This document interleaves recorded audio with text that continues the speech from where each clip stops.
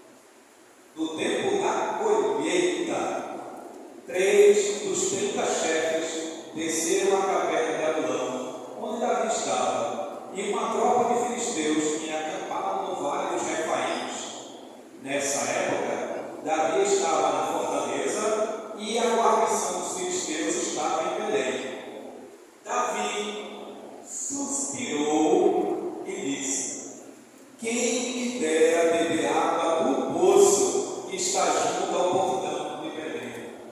16. Então, aqueles 3 valentes romperam pelo acampamento dos filisteus, tiraram a água do poço junto ao portão de Belém e a levaram a Davi.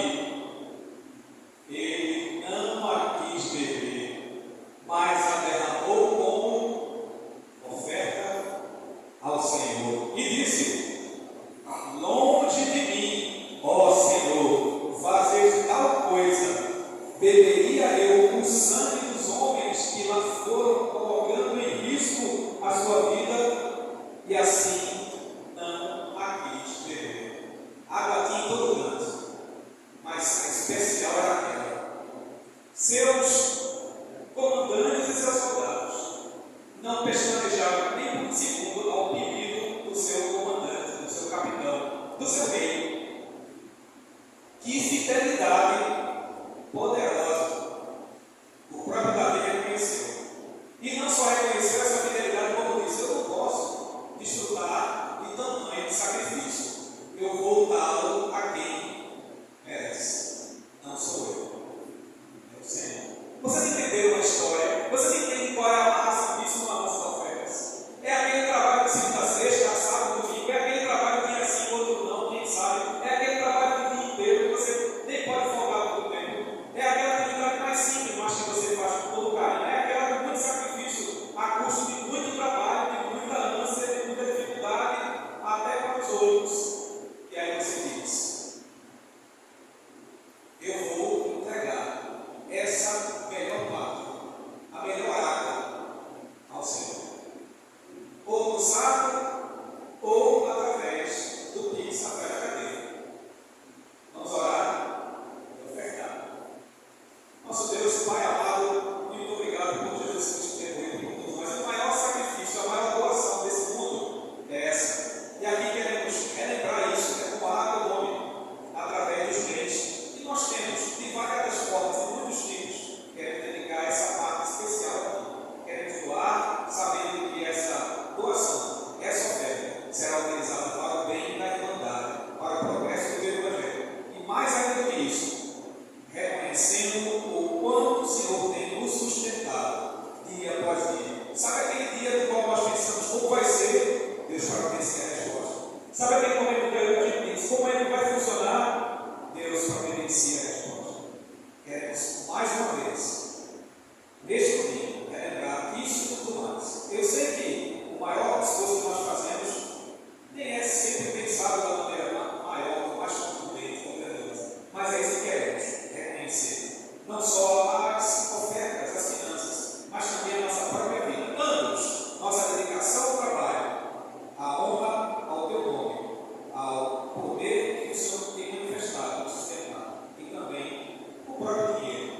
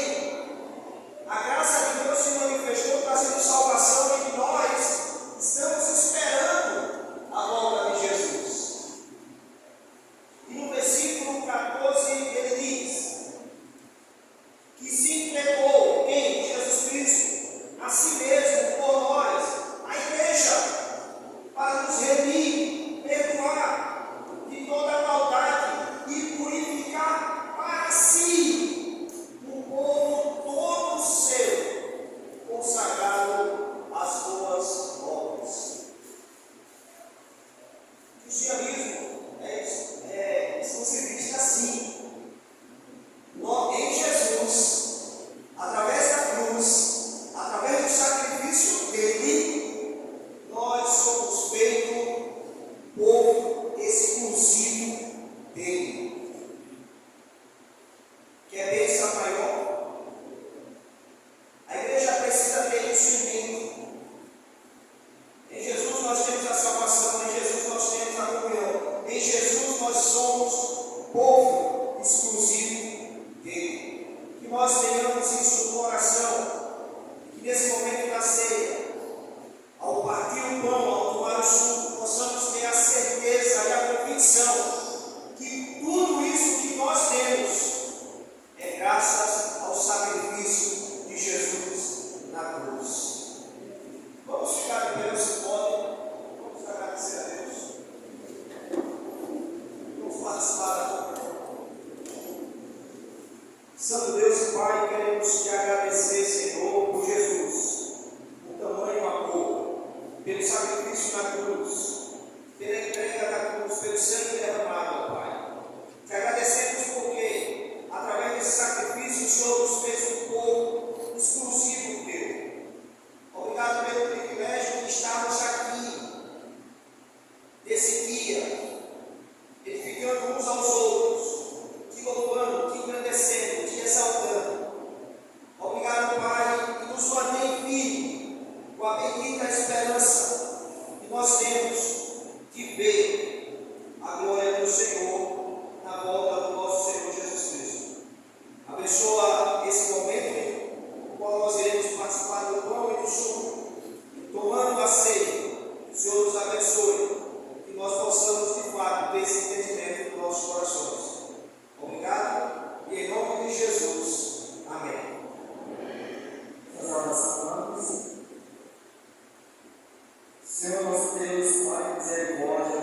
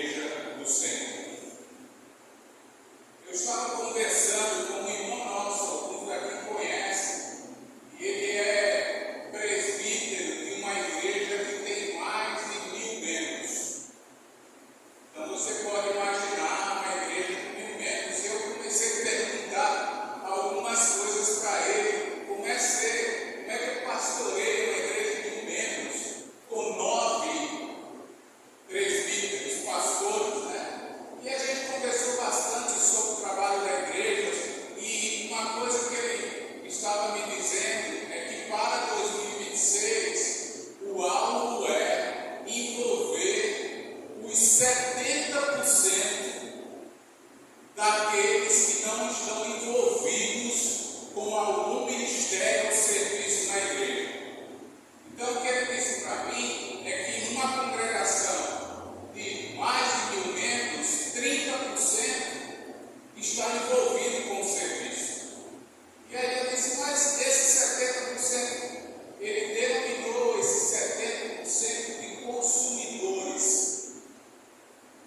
Consumidores vêm para consumir o bom espaço, o espaço bonito, o espaço limpo, boa música,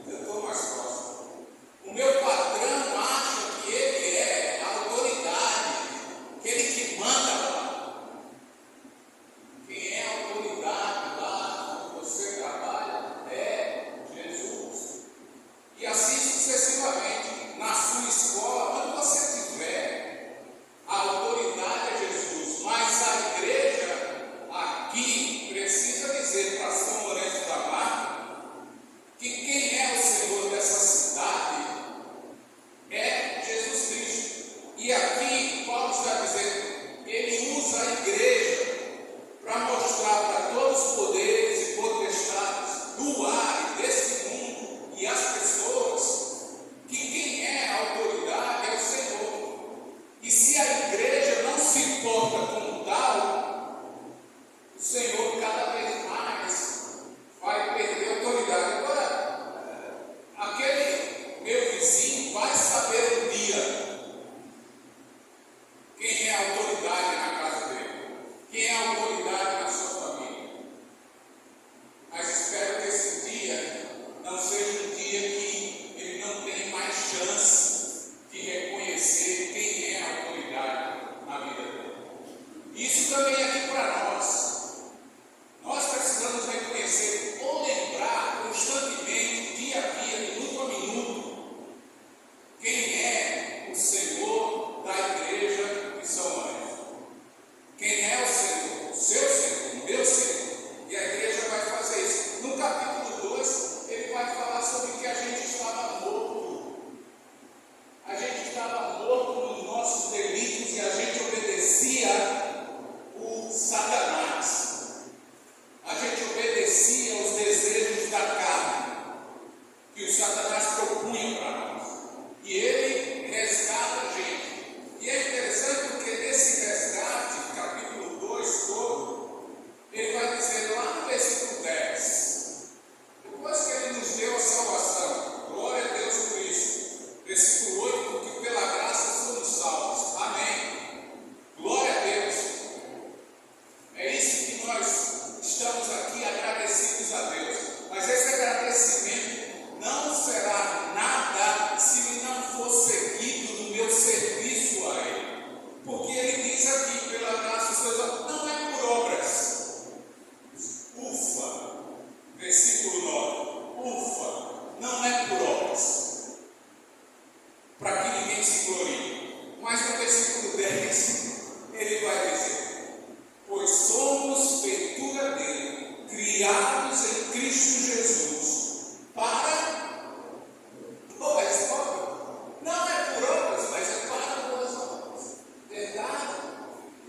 Nós não somos salvos por obras, mas somos salvos para praticar a sua obra. E é isso que os irmãos estão preocupados conosco aqui para fazer. Eu quero mexer com você, não eu, mas o Espírito de Deus. Eu espero que o Espírito de Deus esteja mexendo com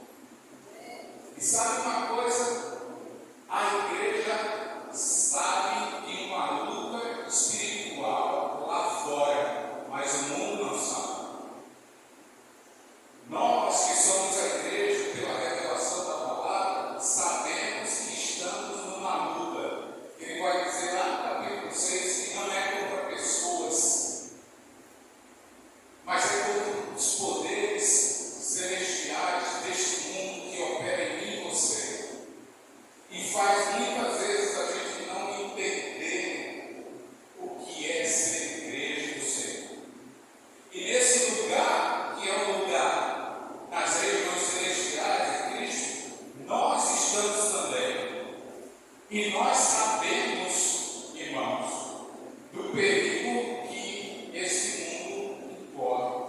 Por isso a igreja precisa, aqui e onde estiver, confirmar para esses poderes de que o plano de Deus está certo. E sabe que o Senhor confia tanto na gente que Ele faz isso desde o começo. Ele entregou o jardim do Éden, um lugar maravilhoso para pessoas. Jó tem uma grande diferença conosco, né? Jó não sabia a grande conversa que Deus e o acusador estavam tendo. Jó não sabia disso. Mas o Senhor diz: vai lá, você tem permissão, só não tira a sua vida. Foi assim a história de Jó. Jó não sabia. A grande diferença nossa é que nós sabemos. Nós sabemos que o inimigo vai trabalhar, está trabalhando toda hora. E você não pode ficar achando que não. E se nós tem informações, alguém me falou, 150 membros ou mais, e 100 estão aqui. E desses 100, uma porcentagem apenas está envolvida, mas você está aqui. Talvez esses poderes e potestades estejam fechando seus olhos para você entender o quanto você é importante nesse corpo para funcionar. Entende o que eu estou dizendo? Se você não entende qual é a sua função ou a sua participação, você precisa realmente pensar nisso. Eu trabalho numa escola cristã, no Ebenezer, e dou aula. E muitas pessoas vêm estudar. E geralmente eu pergunto: você é o quê? Eu sou membro de tal igreja. Aí eu pergunto assim: o que você é lá? Aí ele diz assim: eu não sou nada, sou apenas membro. Oi? Você não é nada, é apenas membro. E você pergunta mais alguma coisa, ele vai dizer: eu não sou alguma coisa lá, eu não ensino, não prego, eu não dou aula para as crianças, eu não faço nada, eu sou apenas um membro. Como entende a ideia de membro? Que é o que o apóstolo vai explicar nesse capítulo 4. Membro funciona e igreja tem a ver com isso. Por isso que eu queria falar de igreja aqui, porque a palavra igreja, que a gente tem igreja, né? Tem igreja em português, eclesia ou igrejas em espanhol. O francês também usa quase que essa transliteração de igreja, que é uma palavra que vem do texto grego lá, eclesia. E quando a gente pergunta lá para os alunos, os teólogos, ele vai dizer: o que significa igreja? Ele vai dizer: os chamados para fora. É verdade, chamados para fora. Mas eu queria guardar um pouquinho aí, porque igreja a gente começa a entender que é gente, pessoas. Mas aí nós temos uma palavra inglesa que é church of Christ, que a gente traduz como igreja de Cristo. E essa ideia de igreja de Cristo, de onde vem essa palavra então? Church. Não é algo de línguas não, mas de onde vem isso? Isso vem de uma ideia alemã, as línguas germânicas, onde trazia o lugar como sendo o lugar do Senhor.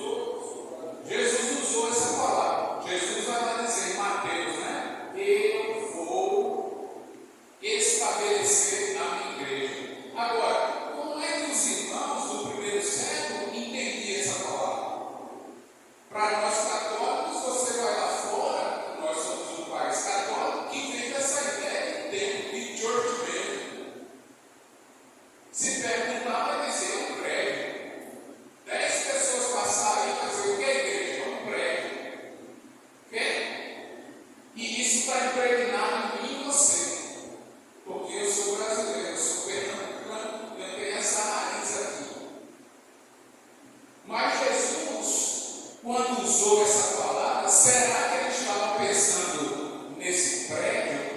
Será que ele estava pensando na casa de Deus? Porque aquela palavra é uma palavra política.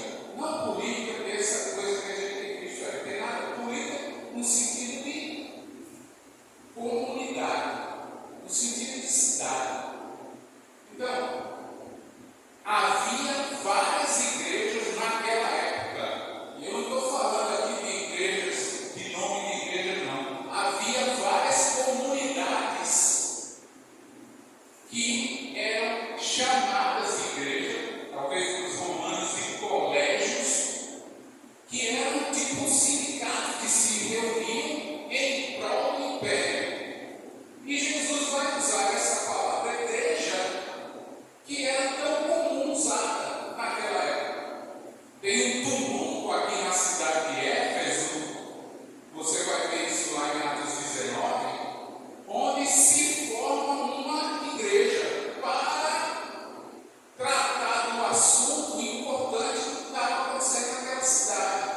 Porque Paulo, na terceira viagem missionária, ele estabelece a igreja em Éfeso. Mas ali o que está acontecendo? Um monte de gente está se convertendo. E um monte de gente que adorava a vários deuses, inclusive a principal deusa daquela região. E havia muito comércio em volta daquela deusa, a Diana dos Efésios. É como nossas festas aqui do Morro da Conceição. Muita gente ganha dinheiro com aquela festa. E muita gente ganhava dinheiro com aquela adoração a Diana. E as pessoas estavam se convertendo. O que estava acontecendo? Eles estavam largando essa adoração a ela e adorando o que tem toda a autoridade. E aí o pessoal vai dizer, mexeu com o bolso, a gente precisa fazer alguma coisa. E o que foi que eles fizeram? Uma assembleia, uma igreja, para tratar um assunto do problema da cidade que estava realmente atrapalhando toda a vida comercial daquela cidade.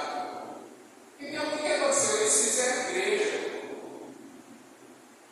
E Jesus está dizendo, eu vou fazer a minha igreja também.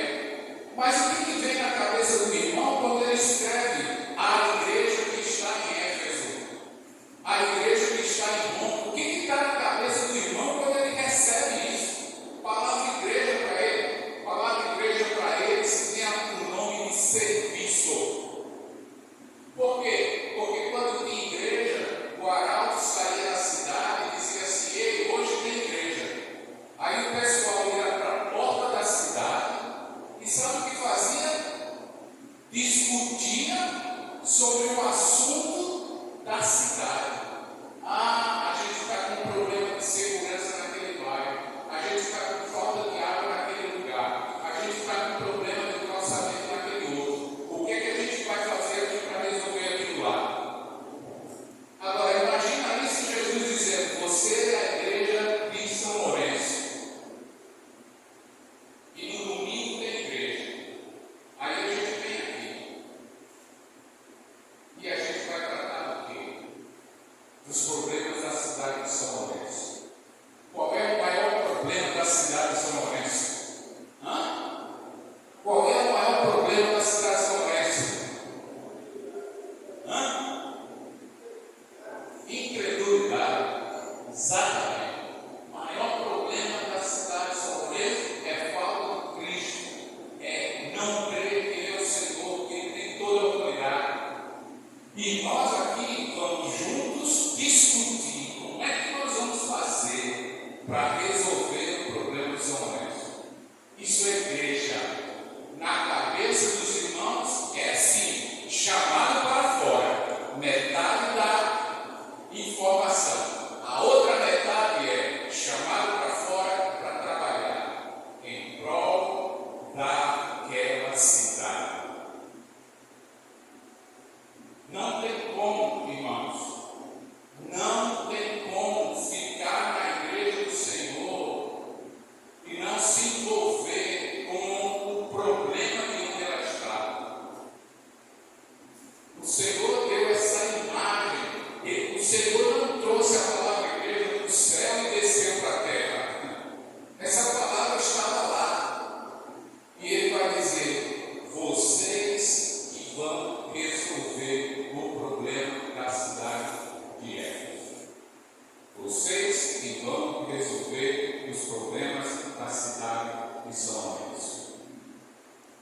E não dá para ficar só assistindo, mas essa forma do prédio, essa forma de entender, muitas vezes nos atrapalha. Essa forma de dizer que isso aqui só abre no domingo, na quarta-feira, e os outros momentos são fechados, ou um sábado, ou outra coisa, isso também atrapalha. Mas esse prédio podia ser usado todo dia, e pode até ser, irmãos, porque eu estou falando em outro contexto. E a gente pode fazer com que, se esse prédio for usado todo dia, a gente tem gente para fazer com que esse prédio seja usado todo dia. Porque nós estamos entendendo o nosso serviço. Às vezes a imagem que as Escrituras trazem, às vezes precisam ser realmente voltadas às Escrituras. E a igreja em Éfeso precisava entender quem ela era. E para isso, ele traz justamente essa informação. E a segunda palavra que eu queria trabalhar é justamente discípulo. Discípulo não tem jeito. Okay? O apóstolo Paulo vai citar aqui alguns dons. E ele vai, assim, trabalhar nos dons do ensino. Né? Por exemplo, lá no versículo 11, capítulo 4 de Efésios, versículo 11, e ele mesmo concedeu uns para apóstolos, outros para profetas, outros para evangelistas, outros para pastores e mestres. Tudo isso voltado para o ensino.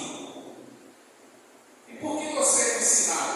Nós estamos a 4 domingos de terminar o ano. São 52 domingos no ano, 52 pregações, 52 estudos bíblicos, 52 quarta-feiras.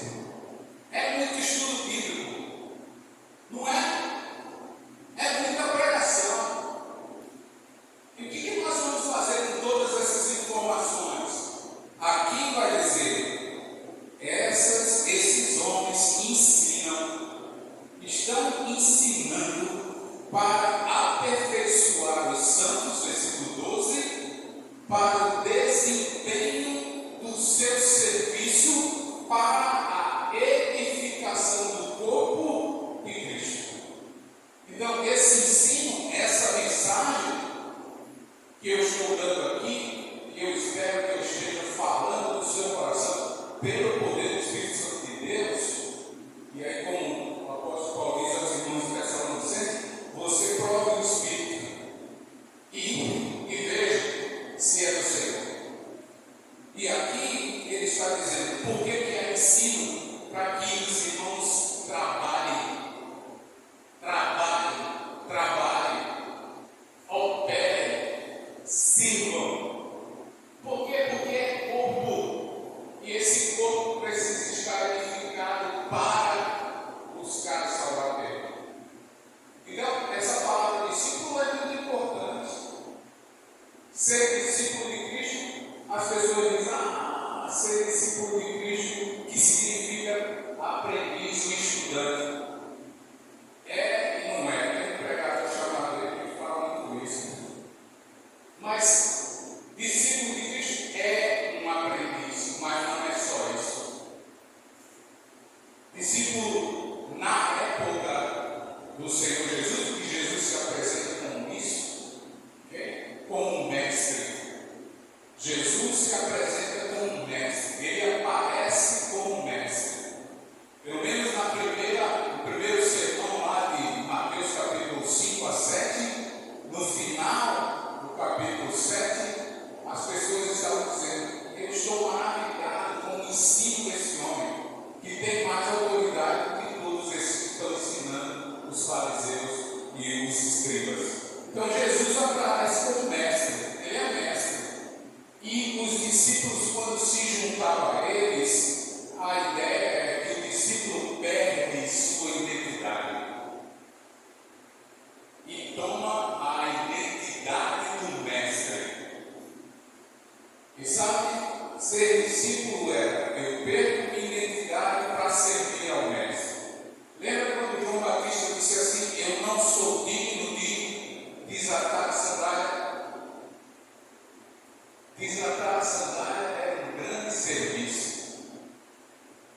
E quando o mestre chegava, todos estavam preocupados. Quem ele vai chamar para desatar a sandália? Você, Medeiros, é hoje que vai desatar a minha sandália. Uau!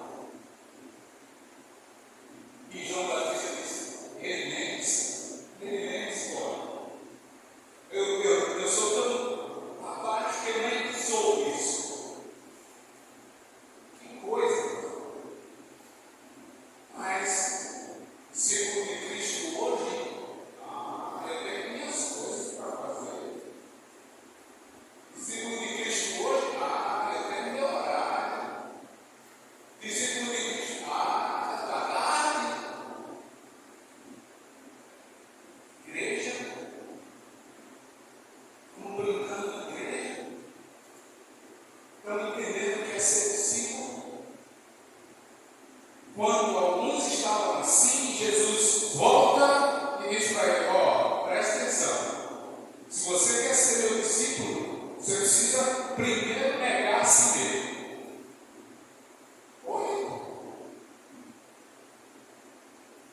Isso é fácil de entender, é fácil de fazer, mas é fácil de entender. Negar a si mesmo é quando tem um serviço e você não quer vir. Irmão, eu sou carne. Aí ele diz: pegue a sua cruz. Por quê? Porque eu preciso morrer. Irmão, tem dia que eu levanto. Tem dia que eu levanto. Eu não consigo chegar no Calvário para matar o meu eu. Sabe, eu sei que você também acontece com você. Tem dia que a gente não consegue chegar no Calvário. Aí eu preciso do meu irmão para me levantar, para levantar minha cruz.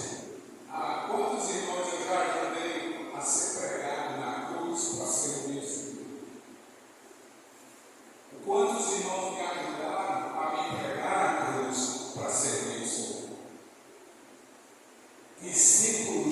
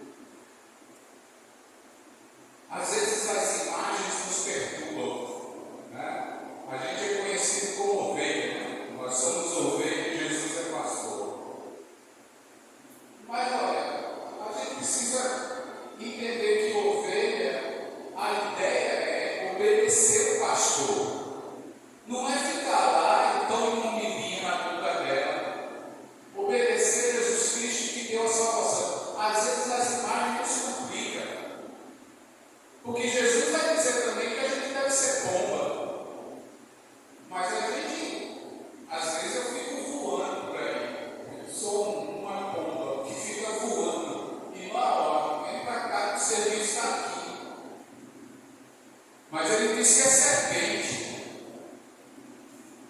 Tem um monte de gente brincando um com o outro. Às vezes é árvore, fica fazendo cara de árvore. Vamos trabalhar para o Senhor. Eu sei que essas imagens, elas seguem instruções. Mas a imagem aqui é de trabalho para a igreja edificar. E ela depende de cada um. E isso é muito importante para nós. E aí ele vai justamente seguindo no versículo 15, né? Mas seguindo a verdade em amor. Em amor. Cresçamos em tudo naquele que é cabeça, Cristo, de quem todo o corpo, bem ajustado, pela consolidação, bem ajustado e consolidado, pelo auxílio, me ajude aí, pelo auxílio do quê? De toda.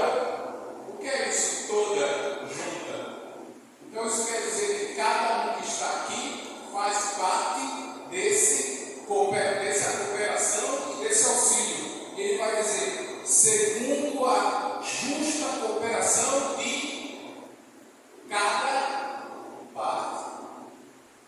Então, se você é um cara aqui, e você é, e eu sou, e nós somos, é preciso se envolver com o serviço. E aí vai acontecer o quê? Você efetua o seu próprio meio para a edificação de si mesmo em amor. E eu queria terminar aqui justamente com isso. Porque Jesus vai dizer assim, eu amo o Pai, e porque eu amo o Pai, eu faço a sua vontade. Finalzinho do capítulo 15 de João. E ele vai dizer aqui também, se você me ama, obedeça a minhas palavras.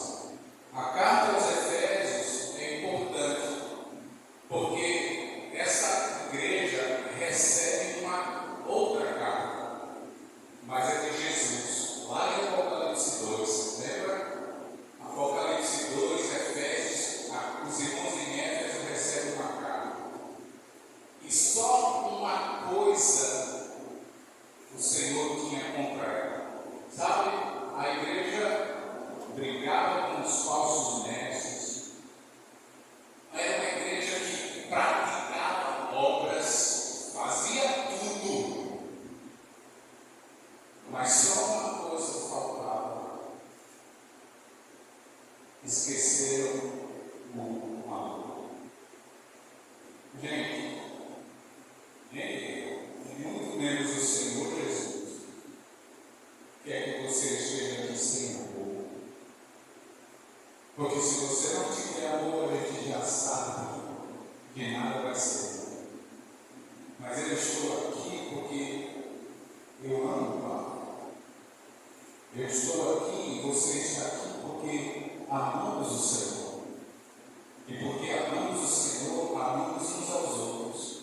E porque amamos uns aos outros, servimos uns aos outros.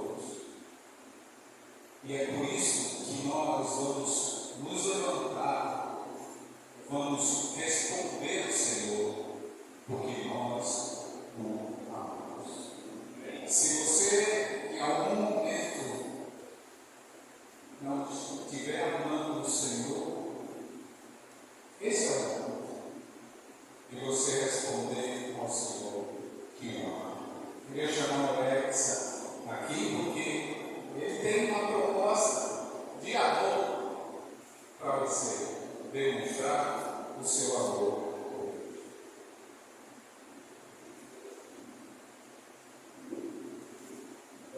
Irmãos, peço paciência. Eu não tenho dúvida, Ricardo.